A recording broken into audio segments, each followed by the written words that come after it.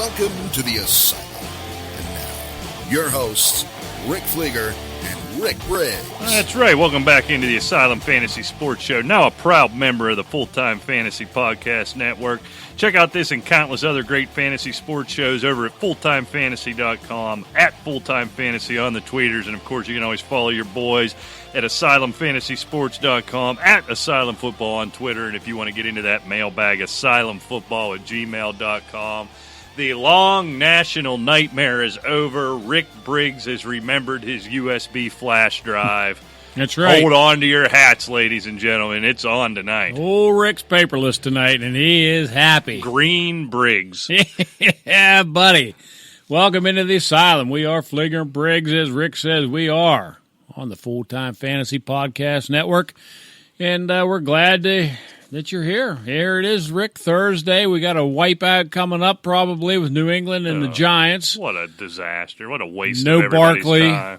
No Shepard. No Shepard. No Ingram. No Ingram. Daniel Jones may die today. Yeah, no Gallman even. No Gallman, yeah. It's not going to be pretty. Yeah, exactly. So we'll get to that. We'll predict it at the end, although I think you can probably predict our prediction on that one. So I don't know. A lot to get into and not a lot to get into. Injury news kind of rolling in slow this week. Obviously, for those of you who've been following the show, we've moved back to Thursday night here on this show, kind of hoping to get you more up-to-date information on this every week. We're going to do this going forward, but still kind of quiet. A lot of guys up in the air, but we'll go through what we can, Rick. I think probably the most interesting news of the week was Jay Gruden, if I could speak, being fired. Bill Callahan taking over in Washington. Immediately names Case Keenum the starter this week. I kind of thought Gruden got fired because he wouldn't start Dwayne Haskins.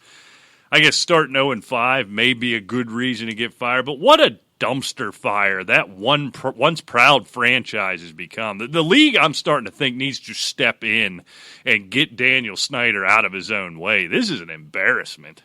It really is. And I can't blame Washington fans for not going to the stadium. I mean, it's terrible. I mean, this is going to be a classic matchup this week down in Miami, probably for that number one pick between the Dolphins and the Redskins. But the problem is, we knew at the beginning of the year, and then right around week one, Miami was tanking it.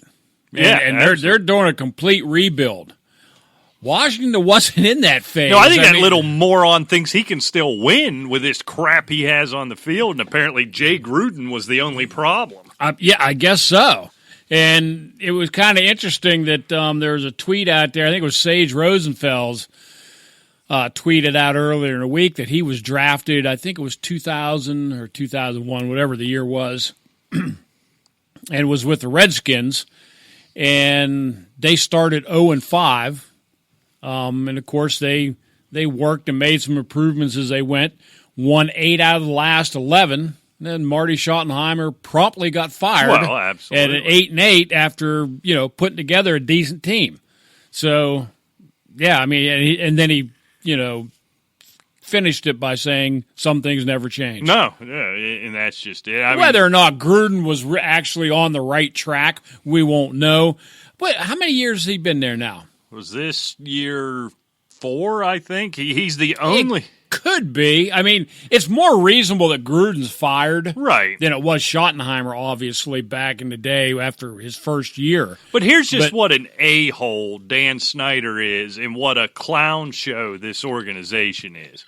You knew, anybody who had ever watched football knew, with the injuries, with the holdouts, with everything going on, with the general lack of talent you'd assembled, this was at best a 4-win team. Why not fire him in the offseason? Why fire him heading into week 6? Why did you hear this? They called him in at 5 o'clock in the morning. I mean, just the hubris of this. I forget which player it was. If I was Jay Gruden getting called in at 5 in the morning, I'd have went to breakfast at about 6:30 and just had a nice leisure because you know what's coming. No, they said he didn't go home. He just stayed. He knew what it meant. He packed his office because he didn't trust Dan Snyder's security detail to pack for him and not lose things and steal things. This is essentially what he said. So he stayed at the facility, knew what was coming, packed up on his own.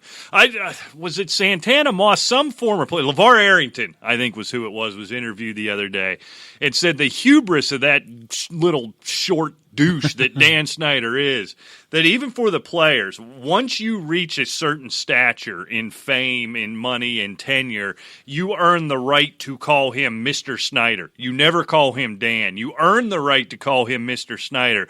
Up until you reach that stature, it's like a king. You don't look at him or speak to him whatsoever. Are you kidding me with this? Meanwhile, you win 4.5 games a year over the tenure you own in this team. What a clown. I'm serious. I don't know what they can do. These are private entities, but the league got to step in. It's interesting you say that because I actually saw the exact same story about John Bon Jovi.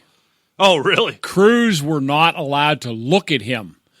They were instructed, if he was walking towards them, to stop and turn their backs to him. So he did not have to look at them looking at him. You did not address him in any fashion. Whether or not that's true. I do know they were always weird. I'd read stories about them even where they kind of had their original deal. And they had the one rule in their early days that they weren't going to be the rockers who were drinking and doing all kind of drugs. And I don't know if it was a guitarist or a bassist. Some inconsequential part of Bon Jovi got wrapped up in drugs. So they threw him out. And then they brought the other guy in. To this day, he's in no promo photos. He's not spoken of. He's never around. It's just he's the hired gun because he wasn't one of the originals. So it wouldn't surprise me. It sounds like John Bon Jovi's a whack job. And whoever this poor guy has been with a band now for 40 years and they still don't It's like, remember years ago when they had the scab baseball players, whatever the last strike was that they brought in scabs. And I can't remember his name now. There's one catcher for the Pirates who ended up doing so well they kept him around, but he basically had his own locker room for the rest of his career because he was a scab. He couldn't be acknowledged except for on the field. This is what John Bon Jovi's like, apparently. Yeah, and it's such a contrast because, what was it, 1980 is when I told you about going in to see if I could, they were looking for roadies for the Charlie Daniels band. He's in some greasy spoon off of I-75 eating a buffet lunch. He's coming to town here in the next couple weeks, I think. We should go see old Charlie. Yeah, I've seen him 3 or 4 I've never seen him in person that I can remember. He can play, no doubt about it. I feel bad when you watch the Farm Aid now. Poor old Willie, they about got him propped up with a stick anymore. Well, he's like 83 or something, You see a guy like Mick Jagger, who isn't he in his 90s or he's something? 75, and he's still flopping cruising around and crooning. Poor Willie isn't having the same resurgence of his youth. Right, but another thing, I read a lot of stuff. I don't know if it was a manager or somebody that was with the Stones back in the day. And it says, you can surmise all you want. He did his share of stuff. He says, but Mick Jagger always took care of himself. He ate right, exercised, so forth. Keith Richard, on the other hand, he's still living. Yeah, I think he just preserved his body in so much narcotics, he'll never die.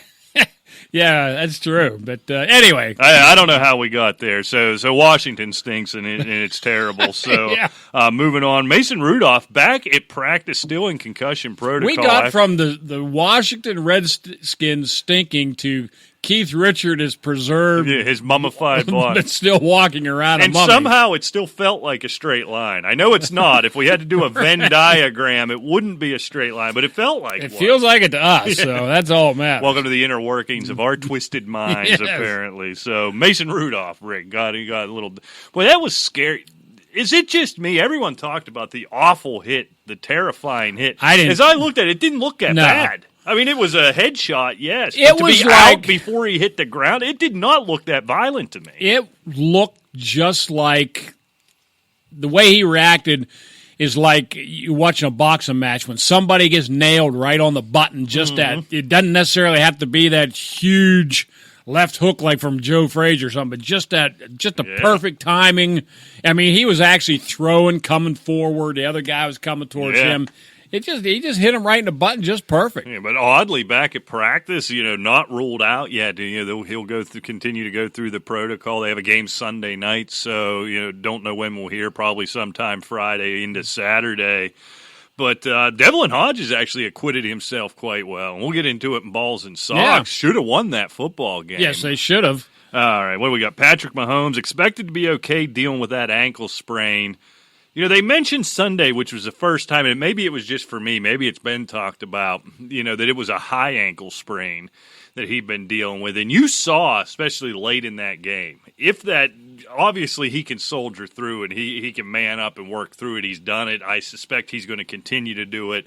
No danger he's going to miss games. But I think one thing we saw, kind of the first flaw in Patrick Mahomes since he took over this job, if he is not mobile, if he finds himself immobile, he's nowhere near as effective. Oh, exactly. Where he's still a really good quarterback in the pocket, but the magic he can do out in space and creating space are the things we've never seen before. So you just wonder, you keep nicking this thing up, if this starts to become an issue down the road. Oh, it's a high ankle sprain, and if he aggravates it, obviously it could affect him because it's going to affect his mobility, and that's, like you just mentioned, is his key.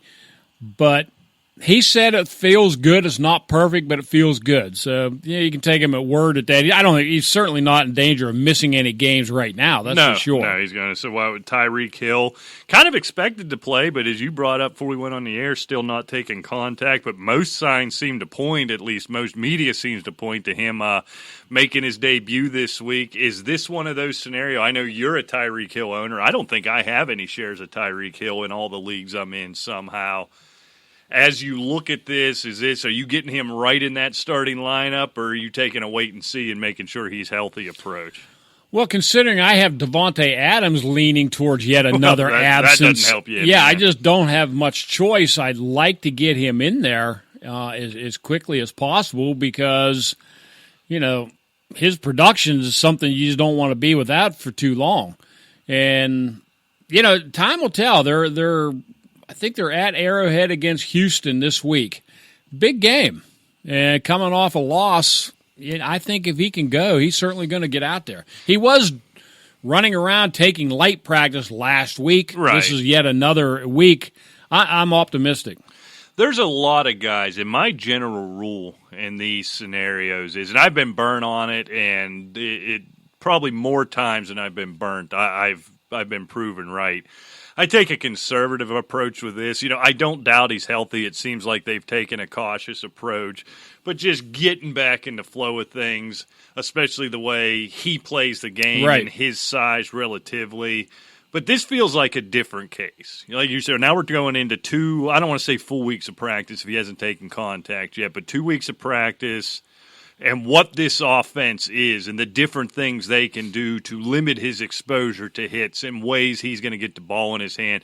This is a guy, the minute I hear, irregardless, your situation's easy, right? You got that question about Davante Adams on Monday. Right. You're running one wide receiver too many as it is, so that's an easy decision for you. But the average Joe, there isn't many folks I would keep in my lineup that you've been sitting around and sitting on Tyreek Hill where I wouldn't say go for it. Maybe you get burnt, but this feels like a very different situation. The only Sammy Watkins has crashed back to earth. Yeah. Hardman's We've kind of got that limited. hamstring yet again. Hardman's kind of a one-trick pony. All the other guys, you had flashes of this guy and that guy. This is something they're missing. I think it's hurt Travis Kelce. His numbers have been down a little bit. I think Tyreek Hill is the engine that makes this offense running. They're going to get him right back in the flow. Mahomes, as we just talked about, with a little, even if it's a little bit gimpy, right, limits some of this stuff that Damian Williams can do, who's had a knee injury. Right. LaShawn McCoy is getting some age on him. Like you said, Watkins in the hamstring. The talent doesn't look as extreme when the two main cogs are out or a little bit hobbled, does it? No. And that's the thing. And the only caveat I throw to him coming in this week is they have a Thursday game in Denver coming up next week. So maybe we give him one more game off and then hit it on Thursday. Then he'll have another 10 days off. You could make that like argument. I don't know. You could certainly make that argument. Boy, talk about another argument for just how stupid these Thursday night games are. You look at it for the Giants. If you went for this Thursday night game, Evan Ingram would probably be playing. There's a Stan Sterling Shepard could be playing. These Thursday night games are absurd, and that you're seeing it this week. You see it next week. You put the Chiefs in that situation with a Tyreek Hill to have to think about some stupid junk like that. I agree. Cam Newton already declared out for Week 6. What do the Panthers do? Presuming he gets right and gets healthy this year, and Kyle Allen's still playing, assuming he keeps playing the way he does, I mean, you can't keep Cam Newton on the bench, can you? Is he old enough to say, the last scenario I can think of was Tommy Maddox and Ben Roethlisberger, which was really no match. There's no, Cam Newton's an all-pro guy and a former league MVP. Hasn't been the same. Now he's injured, and this kid nobody's ever heard of is lighting the world on fire. What do they do when Cam Newton gets healthy? What did they do with Drew Bledsoe when he got healthy? Well, that's true. He's kept his butt on the bench. If they're that's a good example. If they're winning, nobody heard of Tom Brady, but if they're winning, why would you take him out? Right. This team obviously is responding to him. He's performing, and they're winning. They keep winning. Why would you switch this up? Just in case maybe later on he gets banged up or things start playing. Now Cam Newton's even that much healthier. I don't think Cam Newton's right anyway. I don't think his shoulder's right, let alone his foot. Right. And, I've said this the last couple of shows.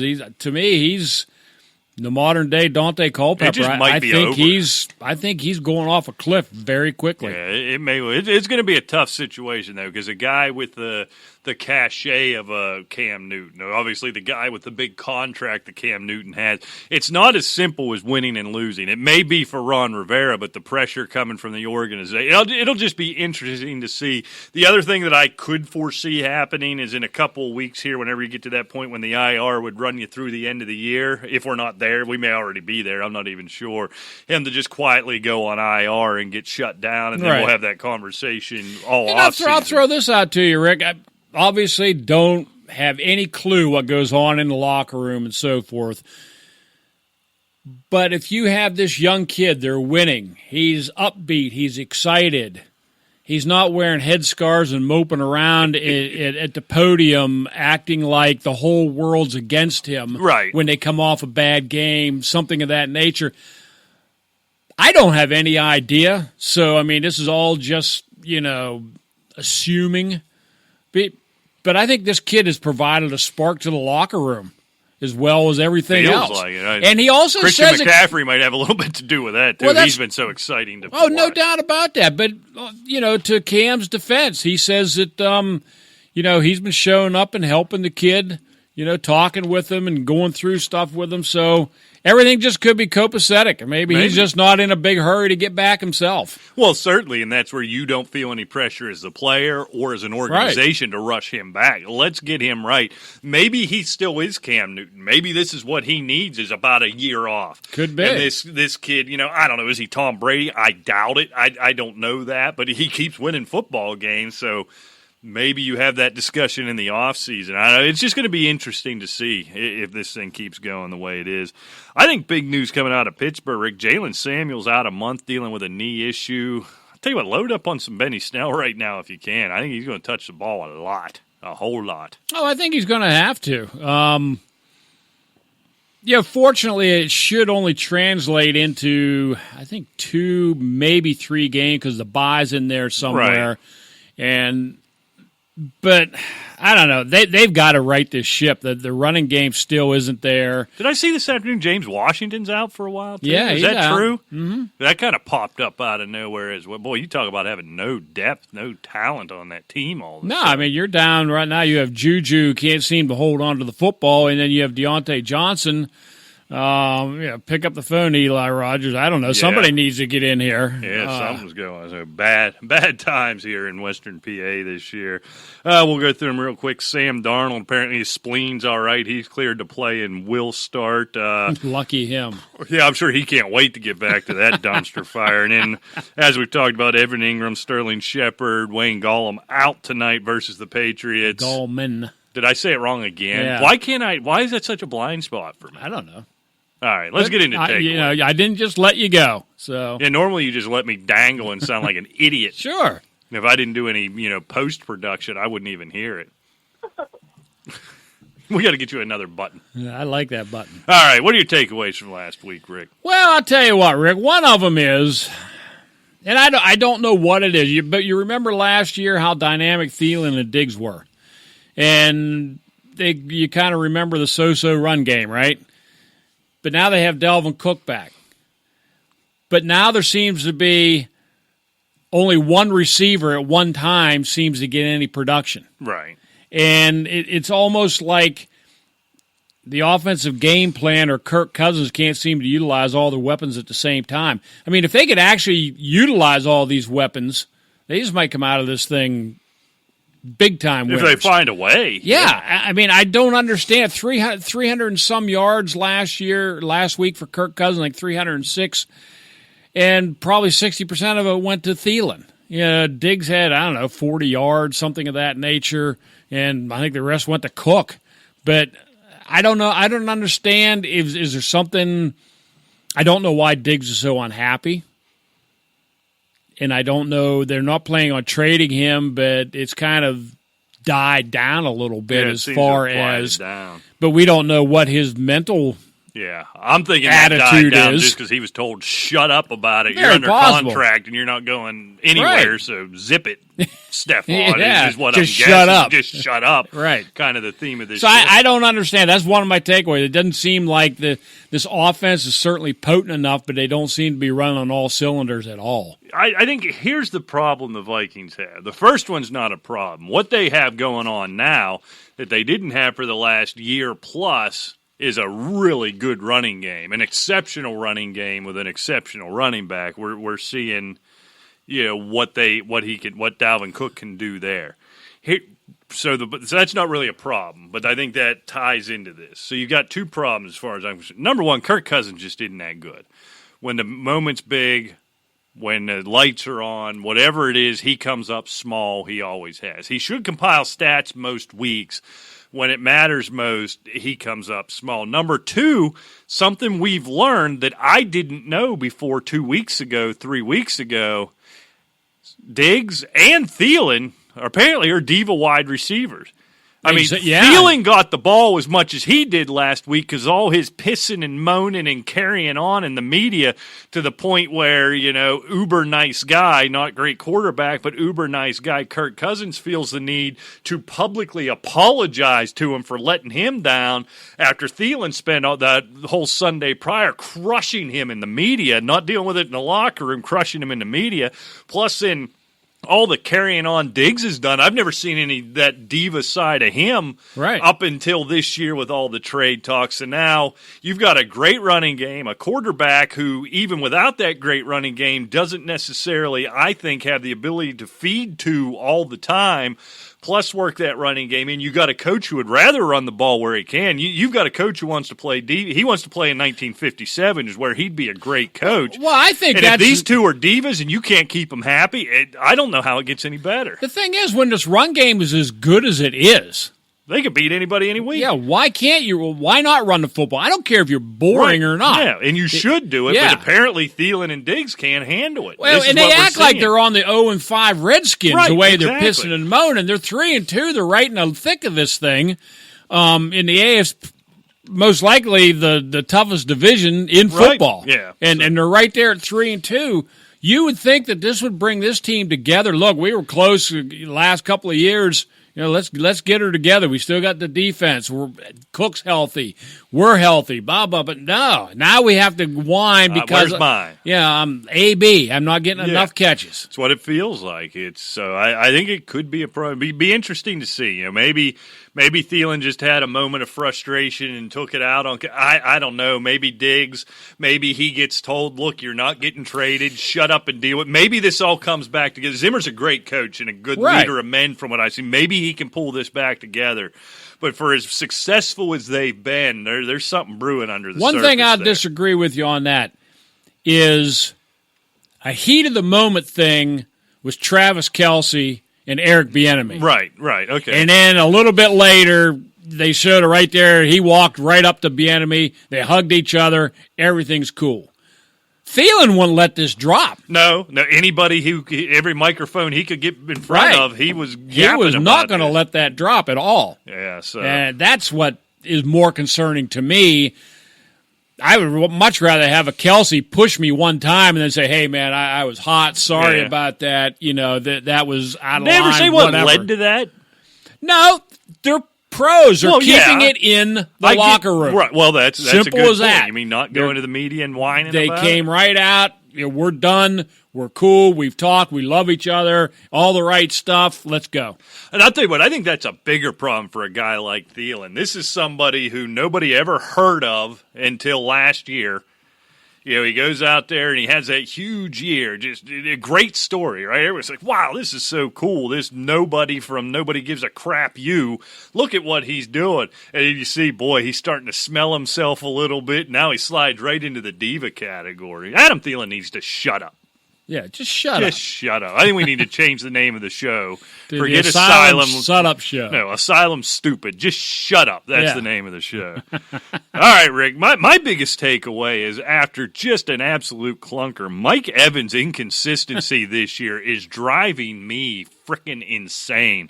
One thing is true, and I believed Chris Godwin was going to take a big leap forward. But I would argue with anybody all offseason who said he was going to supplant and lap Mike Evans. Well, turns out those people were right. It's Godwin every week consistently, and then based on the matchup and based on enough big plays, Mike Evans is still getting his numbers. On aggregate, Mike Evans' numbers are still really good.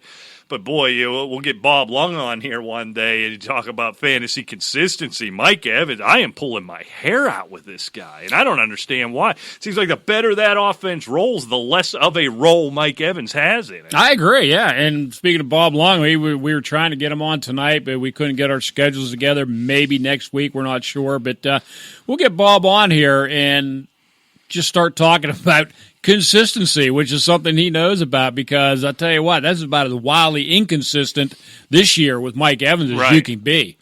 And I did see a tweet. They talked about the air yards even last week. So it's not like he's not getting targets.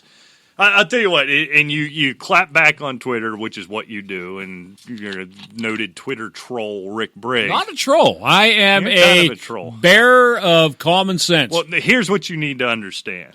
All right, and at your age, this is going to take a while. Sarcasm, as we speak to each other, number one, doesn't fly in today's woke society. Number two, it really doesn't work in print on social media, so that's why people keep yelling at you. But nobody was really yelling. I mean, in fact, if what you're referring to is they're talking about the air yards, and I said, that's why air yards, to me, are meaningless. Give me targets, give me catches, give me receiving yards. Right. Simple as that. I mean, it's nothing sarcastic about that. I don't care how many times, Rick, if you're going down the field and I'm throwing bombs to you, it doesn't matter. I mean, if you're not catching anything, or I can't hit within 20 yards of you, it makes no difference how many air yards you have. What only matters is how many catches and how many receiving yards you have. Now, in general, I'm 100% with you. You know how I feel about all that nonsense. As the more I thought about that after I read that, it almost spoke to what this is with Mike Evans, though. It almost provided an explanation. I don't take it as any solace that this is going to get better. That's where the catch is, where everything you just said. But when I look at it, he almost is getting the feel of Chris Godwin is going to be the guy, and Mike Evans is the big play guy. And in fantasy, when you have a big play guy, you're going to be way up here one week, and you don't get any lower than he got last week unless he caught a ball and fumbled and could have taken a -1. You know what I mean? But even then, so I think it is telling in that regard that more than anybody else in the NFL last week, they were taking deep shots at him. But yeah. And he is a deep threat guy, but he's also he used to be a possession guy as well. And it goes right back to Thielen and Diggs. Right. You should be able to feed these guys. I mean, you don't even have a run game like Minnesota has. Well, but what it tells you is they did try to, when you looked at those, I can't remember what they are now. It doesn't matter what those air yards were. They tried to feed him, and it doesn't work. So yeah, but how many targets? See, that's the thing. Was it 160 yards on 3 targets? You know what I'm saying? Or was it 160 yards on 7 targets, which is a big difference? Right. Well, that could be. But either way, I'd rather see the targets. I'll tell you what, I'll take that goose egg if he got 6 or 7 targets. I'm frantically trying to look up his targets from last week. So I'll pad here. You know, and that's a good point. They may be trying to turn him into like a Ted Ginn / Mike Wallace sort of guy, but Mike Evans ain't that. He is a deep threat, but he's an all-around receiver. He's better than that, as far as I'm concerned. He is much better than a one-trick big play pony. You would think so. Well, he's proven that over the years. And the fact that Godwin has emerged should only enhance them. Sooner or later, you have to guard. I knew this was going to be hard to say. Guard Godwin. Guard Godwin. And Evans has to be open. There's just Okay, so here's the concern. All those air yards were, if I'm not mistaken, right, Rick, that tweet you replied to said he was the leading air yard receiver last week. That was on 3 targets. So that's a concern. My point right? exactly. That's where, though I think that number is useful in looking at that. Right. If he was the air yard leader on 7, although you can just throw the air yards out, and he had 7 targets. Winston did what Winston did, but now it's only 3 targets. You know, wondering, and you look at his targets, 5, 8, 15, 7. So again, with the inconsistency, going back to my point, I don't know that this is about Jameis Winston, Mike Evans. I don't know what it's just wildly inconsistent. And it's Tampa. Well, yeah. So there's that. All right, enough of that. You got another one? I said air yards way too many times in a positive light, and I've made myself sick. Well, you know, you have to look at all things from all angles, and I mean, you did make a good point. You know, you look at that and you say, wow, Mike Evans, you know, he led the team in air yards. But it was 3 targets. Right. I mean, so that's 3 times. Which means he's heaving it down the field at him. Which are low percentage throws. Exactly. And Godwin was getting everything else. Getting everything underneath. Because O.J. Howard sure isn't. Well, you see that he caught that foul ball, and boy, let the joke start. It was funny the first time, and it was like, oh my God, enough, we get it. He caught more balls in the playoff game than he had, blah blah blah. Shut up, just shut up. You got it. Hey, you know, but some teams just don't seem ready yet. A couple examples: Chicago, they fell behind 17-0. Then they take the lead, then they collapse and lose it. Dallas, Dak Prescott's got Dallas is getting exposed right now. Dak Prescott has his flashes, but crunch time come against a quality team, finds him still lacking, I think. Rams, loaded with talent, and they just don't seem to have the groove, as well as quarterback play just is lackluster, I would say. I mean, he's putting up some numbers, but it's not sharp. You know, you watch some of the Rams game, Goff doesn't look sharp. And I don't know what the problem is. I mean, the defense is there, but they're getting shredded at times. Yeah, so that's what I can't understand. And we'll get into it later, but it looks like Todd Gurley may be out too. So. I think the Bears, you know, to take those 3 teams, the Bears, I'm willing to put that in the just weird, in London, wacky crap happens, I'm just willing to put that in a box. But we've already seen Trubisky. You've got your backup, but defensively for them to let the Raiders come down and take that game back, that's a fluke. I'm not concerned about that. The Rams is interesting because the Rams all go back to when this started with the offense being slow. It happened through the playoff run, even though they got to the Super Bowl. Obviously should have lost the NFC Championship game. The offense was non-existent in the Super Bowl. The offense has been spotty, if not bad, so far this season. What's the common denominator? This is when Todd Gurley and his decline has started, right? Now there's like a chance he might be out. I don't know if he's unhealthy now, if it's whatever this load management, whatever it is, it's not working. Bruise. Right. He's got a deep thigh or a quad. But I just think for the year in his performance, if it's just this load management or it's the knee concern, they're not the same without a running game. Jared Goff isn't a drop back, throw it 50 times kind of quarterback and win the game. He can do it and put up numbers Kirk Cousins, Tony Romo style, but you see it. He'll throw the bad pick. He'll make the bad read.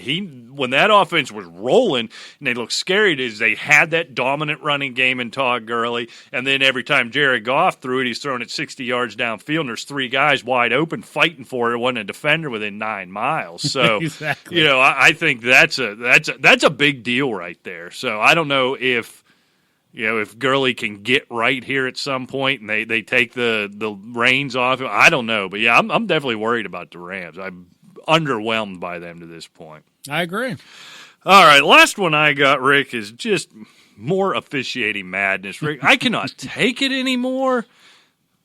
Oh,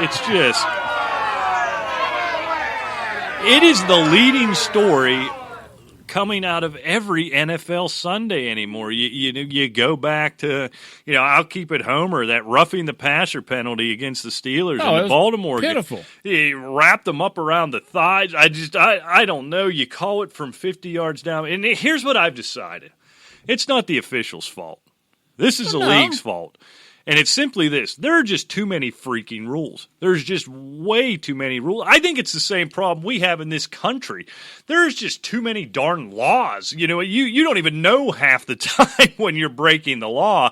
And if a policeman or an NFL official gets in their head, they want to take you down for something, they can find something because they have enough law. Do you ever watch, Rick, Live PD? I'm obsessed with I've this seen show. that, yes. I am completely obsessed with it. And what I've decided, essentially all the show is mainly is policemen driving around and pulling people over for burnout taillights and burnout. Did you know you had to have a light on your license plate? And if it was burnt out, that they can pull you over for that. Or people sitting in parking lots and stopping and IDing them, and it always leading to something. There's always some law they can get them on. But then, of course, everybody always runs, and it becomes real exciting, so I like that. Yeah, explain this to me. Makes you wonder if it's just not like another Survivor. You know what I mean? They do a good job selling it as real anyhow. But because it's like watching the Red Zone only with police because they hop to wherever the action is. And maybe that's why I'm so obsessed with it. But I'm in it for the chases. But here's what I always wondered. Why is it illegal to run from a policeman? That's a crime now. I don't think that should be a crime. If you chase me, I'm going to run. There was one poor kid. He was walking through. They got some word in some apartment complex of somebody selling drugs or using drugs. It's always about drugs. That's all that happened. So the police pull up and they say, "Hey, man, come here." So he turns and bolts. Well, they chase him down and they tase him and tackle him and beat the hell out of him. And he said, "What'd you run for?" I said, "Well, you were chasing me." "Well, when I tell you to stop, you got to stop." I didn't do anything wrong. So they ripped through his book bag, through his pocket. He didn't have any drugs. He didn't do anything wrong. He didn't have any warrant. He said, "You started chasing me, so I ran." And he got the hell beat out of him and then didn't even get arrested. Why is that a crime? You come into my yard and start chasing me around, I got to stop? No, get out of here. What's going on? Too many rules. I don't know how I got there. Too many rules in the NFL. That's what it is. Too much to interpret. And the thing is, it's everything is always refined, and now we are challenged. And you have cameras on every angle, and it doesn't matter what they do.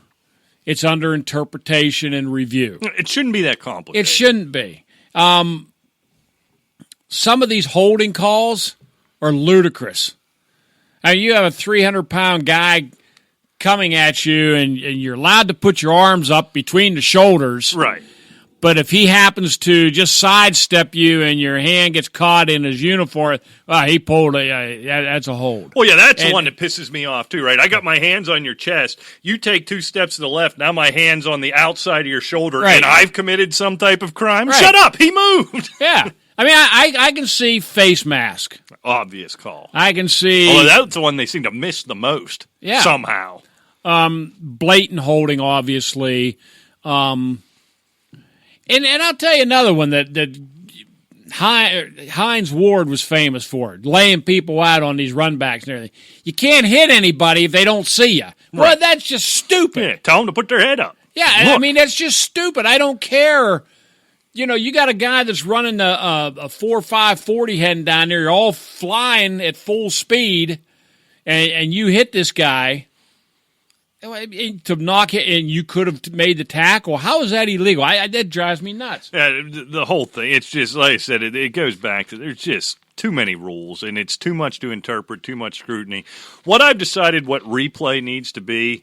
Back how you used to consume your porn back in your youth, where you go to that truck stop with the peep show, you know what I mean, and you put your quarter in, and the window would slide up for about 30 seconds. That's what review should be. You really sound like you know what you're talking about. I've never done that. Well, we talk, you know. We spend a lot of time together. So I think they go to that replay booth. They got 30 seconds. The curtain comes up. You look at it for whatever angles you have for that amount of time, and then the curtain comes back down. And if you haven't seen enough to change your mind, done. Number 2, get rid of this PI thing. Again, we talked about this last week. The officials said we're not overruling anything. There are so many obvious overturns out there each and every week, and they flat out refuse to do it. So get rid of it or punish the officials for not following that rule. The whole thing is what started all this crap was that New Orleans Ram game. Right. They could have ended that right then and there by saying, yes, we were wrong. The Saints got robbed, but you know what? This guy will never referee a game ever again. Simple enough, yeah. Done. You don't have to change the whole rules and the whole complexion of the National Football League. No, I mean if you're in a plant and you're operating a machine improperly and it kills 10 people, you're not going to still be working there, and they're not going to change the machine. Yeah, they're not going to say Rick is too dumb to operate the machine, so we're going to spend $1 billion on a new machine. We're going to throw Rick's dumb ass out of here. This is what we're going to do about it. So, I don't know. Something's got to be done. If it wasn't for fantasy football, these games are just getting harder and harder to watch, and it's no bueno. All right, you got anything else, or is it time for balls and socks? Yeah, why not? Game ball goes to. Game ball, stinky socks, Game Rick. ball goes to. You start this show. Well, there are a ton of them this week, but I'm going back to last week when my start of the week, it seemed to take you by surprise, with Will Fuller. Yeah, you might have got that one right.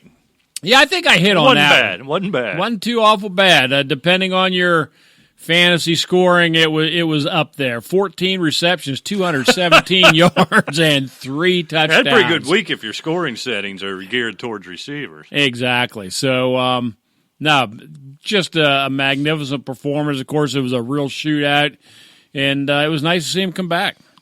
So awesome for Will Fuller. You at all concerned about DeAndre Hopkins? Been very quiet. I have no idea what's going on. I have no idea what's going on with him. It's strange, isn't it? I don't understand it. He's been look. I mean, it sounds stupid to say Fuller isn't going to do this every week. Nobody would do that every week. But I wouldn't be surprised again this week if Fuller had another 3-catch for 45-yard performance. This was, I think, obviously matchup based, and I'm pretty sure there's probably a 50% chance that Will Fuller is being injured right now. That's kind of the thing he does. You know, the takeaway is the offense put up those big of numbers. You know, Watson, threw for 7,000 yards and 15 touchdowns, and DeAndre Hopkins was not a part of it whatsoever, and it's kind of been the theme this year. And the funny thing is because we're so used to DeAndre Hopkins' numbers, he's still tied for 7th. Yeah, it doesn't feel in like receptions. No, it doesn't. Stuns me, actually. But he's almost 200 yards behind Michael Thomas. And he only has the 2 touchdowns. He's never had a tremendous amount of touchdowns. But, if you look at Godwin, he has 6. Amari Cooper has 5, and Hopkins has 2, and he's at 347 yards. So, I mean, yeah, he's been quietly, Yeah, it's just, yeah. Which you don't expect from probably the only first-round receiver in most of your draft. You got it. I'm going right to it, Rick. I'm angry. I'm tired of it. Juju Smith-Schuster. Now, a lot of chance he wasn't even going to play. Not only did he play, he finally put up some decent numbers. But for the second time in a very short period of time as far as the NFL calendar goes, this dope has put the ball on the carpet and what essentially ended the Steelers' season. He ended last season with that fumble in New Orleans. Yep. Look, not that I think the Steelers were going to take some great strides and make a playoff run this year, but the difference between 2-3 and 1-4, and I just feel I like the kid. Number one, I don't think he's a number one wide receiver now. After only 5 games, I've become convinced of that. I think he is the ideal complementary piece. I don't think he can be the guy. I don't think he can be that guy, number one. Number two, all the time with the commercials and on the Instant Face and on this and then doing that and in the community, great guy in the community. Seems like the nicest kid in the world. But he just keeps botching it when it matters most. And I feel like he gets a pass for him and James Conner, for that matter. James Conner, how many games? I think combined they've given away 5 games with late-game fumbles in situations where the Steelers should have otherwise won. So I'm sorry, Juju. You're a nice kid. You're not a number one wide receiver. And for this week and for that fumble, just the biggest, gnarliest, filthiest, stinkiest sock you can ever come up with right in your ear. I'm done with you, Juju. I've had enough. I agree. I couldn't have said it better. I think he deserves a pair of them. Yeah, give them both. You got it. I got one in the trunk. Give one to Connor if that joker plans on putting the ball on the carpet again this week, too. I agree. You stink. 8 for 22, 100 yards, no touchdowns, 2 picks. Look, I know the O-line sucks. But Baker Mayfield, I tell you, he's getting panicky back there. He's getting happy feet. He's making poor decisions. And he's trying to make plays like he did in college. Right. And it doesn't work in the NFL. And he's going to have to learn real quick. Look, you have Jarvis Landry. You have Odell Beckham. You got Nick Chubb. Use them. That's the problem. There's no excuse that offenses. I know the offensive line is bad, but with those weapons, come on. And now you're already starting to lose Beckham. Yeah, it doesn't take much. No, I mean you're losing him now. You're 2-3. You're overthrowing him when he's open. He's making some drops. There's just something there that's not right. And I'll tell you what, it's not that I care, but with all the hype, all the talking, all the bragging, you got a big stinky sock there, Baker. Well, and he deserves it. You stink. And I think his biggest problem is something that I'm a little familiar with in my life. Not to the same level, but I'm very familiar with this. His biggest problem is his big, stupid yap. I've gotten myself in more trouble in my life because of my big, stupid yap. And he's the same way. I think here's what this kid needs to understand. You're in college. I like the cocky guy, Rick. You know that. I love that. We talk about that on the show all the time. But you're out there, and you're gum flapping, and you're chest thumping, and all this nonsense, and you do it all off season. And bringing in Beckham was a big part of it. But so much of this was just, how well he played last year, and then him running his stupid yap. And now all of a sudden, a game otherwise, teams would think, we're playing the Browns. It's week 4, just another week. Now it's no. I want to kill that guy. He's out there running his yap. I've been busting my hump my whole career, and this guy shows up, throws a handful of touchdown passes in November, and now all of a sudden he's Jesus? Watch this. And I think he's become a victim of that. He loses his team. He loses Odell, which he's on the way. This thing is going to get ugly quick if something doesn't change. Oh, you got that right. And I tell you what, if you're going to run your mouth all the time, you better be Muhammad Ali. Yeah, you better back it up all the time because he's not backing it up. And that's the key because people, like you said, this guy driving me crazy. I'm going to get mine. Right, absolutely. All right, here we go. Game ball goes to. Speaking of another guy who's smelling himself a little bit with the yap and is all kind of weird, Gardner Minshew, Rick, did it again. Even in a loss, did it again. 374 yards, 2 touchdowns. Is it really possible? Is it really, really possible that in the long term, something called a Gardner Minshew is a star quarterback in the National Football League? Sure it is. The kid, he does all the right things. He's not making stupid plays. Right. I mean, even that last Hail Mary, they got knocked down by Kuechly in that game against the Panthers. It was there. I mean, it was just, he's not just winging around, wailing it out there in the middle. He's making smart moves. He throws it away when he has to. He's got a good arm on him, and he certainly seems to have command of the offense and all the confidence in the world. And that team sure has been clicking offensively a lot better under Gardner Minshew. Of course, we haven't seen what Foles would have done, but, taking over the way he did, I think this kid, you go back to the old Drew Bledsoe, Tom Brady thing. You can see Nick Foles hitting the bricks again. I would think so. I'm just so slow to get there, and every week he does it again. It's just I'm having a hard time buying whatever a Gardner Minshew is the dude. The funny part is it's so hard for some people to accept that like a Gardner Minshew is going to be a good quarterback because he wasn't hyped up, but Kyler Murray is easy. Right. And 5'10". I mean, I'm not taking anything away from him. He's been playing well, and he's probably going to be a great quarterback. Don't get me wrong. But it's kind of funny just because, you have one guy who's like a small, quick, fast running guy, and another guy looks like he's walked out of a 70s porn flick. He really does. But he's doing everything right. And he's making good throws. He's got a good arm on him. So, yeah, more power to him. I think he's going to be just fine. All right, let's do one more each, and let's get out of here. We'll watch some football tonight. Well. Game ball goes to. Very positive today. Lots of game balls. Oh, yeah, I haven't given my sock, have I? Or yes, I did. I gave it to Baker Mayfield. Yeah, you just gave Baker one. Yeah. Well, we have to go right back to Christian McCaffery. Just week after week. It's unbelievable. I'm not going to just sit here and say, well, that's what we expect from him. This guy is just elite, and I'm going to give him a game ball. He nervous about that usage?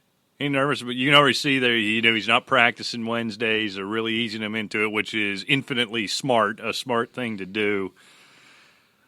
I feel like he's just a different kind of athlete where he can withstand this. But I got to tell you, as somebody where he's 25 to 30% of my fantasy scoring every week, I'm terrified. If you put up 237 total yards and 3 touchdowns against Jacksonville, you can take the day off. Oh, absolutely. You probably are sore. Yeah. Sit in the whirlpool a while. I just worry. I think it's easy to say, and who knows, right? We've not been in this. He hasn't been in this situation before. He really is the whole offense, right? Right. I don't know. But we've seen backs like this before. We've seen Marshall Faulk. Maybe he's a throwback. We've seen LaDainian Tomlinson. We've seen Jim Brown. Some of these guys have done it year after year. Barry Sanders. Maybe he's in that mold. Yeah. I guess we hope so. All right, which way am I going to go? I've been fussy this week, Rick, so I'm going to give out another stinky sock. Love it. Stay negative. I'm going to give it to this guy, but to bring in the larger conversation, which I tend to do. Keenan Allen, 4 catches, 18 yards. Obviously crushed you this week, a guy who's your number 1 wide receiver. But I bring it up. We obviously know I don't expect any long-term concerns for Keenan Allen. Every receiver has a game or two like this every year. I could not be more underwhelmed with this. I almost said San Diego. I'm going to say it because they're always the San Diego Chargers to me. Concerned about the San Diego Chargers offensively. I've been underwhelmed pretty much the entire season. I'm starting to get really concerned about it. Is this the end for a Phil Rivers? Is it just something missing? Something doesn't feel right. Well, there. yeah, they have an injury list as long as your arm. There's that. And, yeah, Phil Rivers also had a bad game last week as well.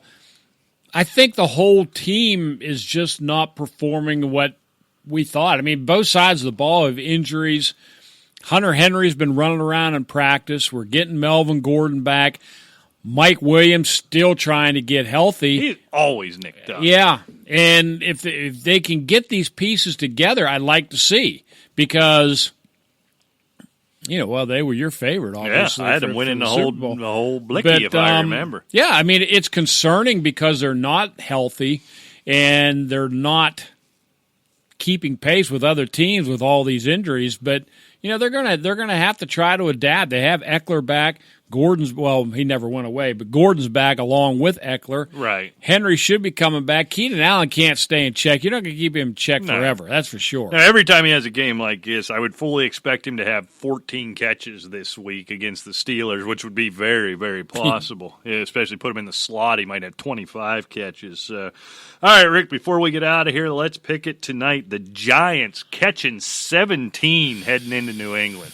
Yeah, and it's just not going to be enough. New England 42, Giants 17. They don't have any weapons left, and I don't even know how they're going to get to 17. But yeah, it's just a matter, really. I mean, it's easy, right, that the Patriots cover that number, which has been a very common number, 15 to 18 in the NFL this year. It just tells you maybe all these parity experiments aren't quite working out right now.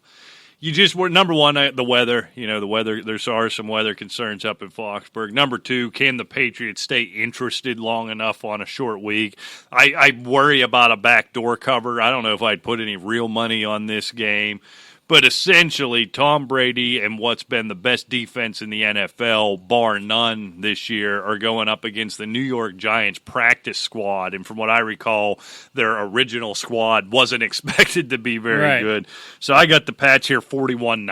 I don't even think Daniel Jones can lead that team into the end zone. What a waste of a Thursday night game. Yeah, it really is. And here's something just to touch on real quick before we get out of here. We talk about I've listened to a couple of guys this morning on the radio talking about the Patriots coming off that 16-10 win of Buffalo.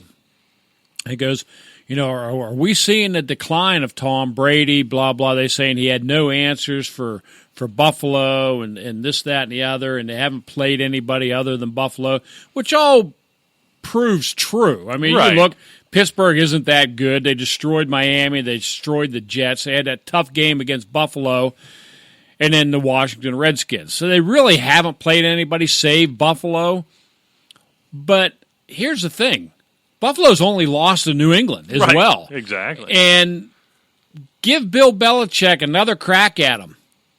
We've seen this before. He might hang 30 on him next time. Exactly. We've seen this before where they've gone to Miami when Miami wasn't the dumpster fire that they are now and get beaten. And they're 2-2 or they're 3-2 or something after 5 games, and they go on this roll because they start playing these guys again and they destroy them every time they play them the second time. Right. So, I mean, I'm not buying into Tom Brady going down the tubes right now. Yeah, he's getting older. He's not going to last forever. Nobody does. But this team right now is devastating. I will say this. Now, they're going back to the Super Bowl unless Kansas City can go in and outscore them. I think that game will be a coin flip when we get down to that in the AFC Championship. I will say this on the Tom Brady front. We saw against Buffalo, and even though he put up big numbers, I think we saw a little bit of it in Washington last week, especially early on. Kind of that Tom Brady you see in the Super Bowls that they lose, the 2 against the Giants, the 1 against the Eagles, where he's kind of, I don't want to say fidgety in the pocket. He's too much of a pro to be that.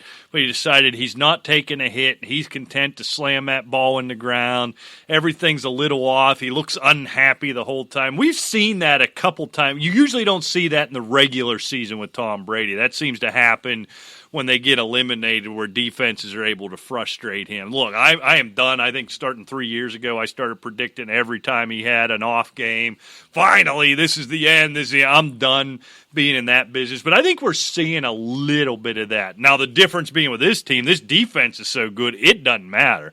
And I'm willing to accept that perhaps that Buffalo game was just him saying, look, I am not going to stand in here and take a hit unnecessarily when I don't have to because these fools aren't going to score on us. So I'm going to put up the 13 or 14 we need. That'll be plenty, and I'm getting out of here without taking a hit. So it may be simple as that. It could be that calculated. They're good enough to do that. And they have the Giants tonight. That's a bye week. They had the Jets coming up, the Browns after that. I mean, they're easily 8-0. How's their schedule always? I guess it's that division being that easy. Well, yeah, right? you got their schedule always looks so easy. Always. Yeah, I mean, because there's never more than one of them that's any good. Right. This year it happens to be Buffalo. So, and Buffalo's just not good enough offensively to really be a threat. I think Buffalo's a good team. They're not built to beat the New England Patriots. As close as that game was, they're not built to beat the New England Patriots. No, it doesn't seem that way. I just don't think that they can plan like a Belichick can. No, well, certainly. Let's get out of here. Yeah, let's do it. All right, thanks so much for joining us. We will be back tomorrow night, I guess, Rick. Friday night, we'll give our starts and sits. We'll predict all the games and open up pay the attention, mailbag. man. We crushed it last week. Did we? Yes, nice. we did. Good for us. At Asylum Football on Twitter, asylumfootball@gmail.com. You want to be part of the mailbag. Everything answered, the best read on the air. Good luck till next week. We'll see you. Take care.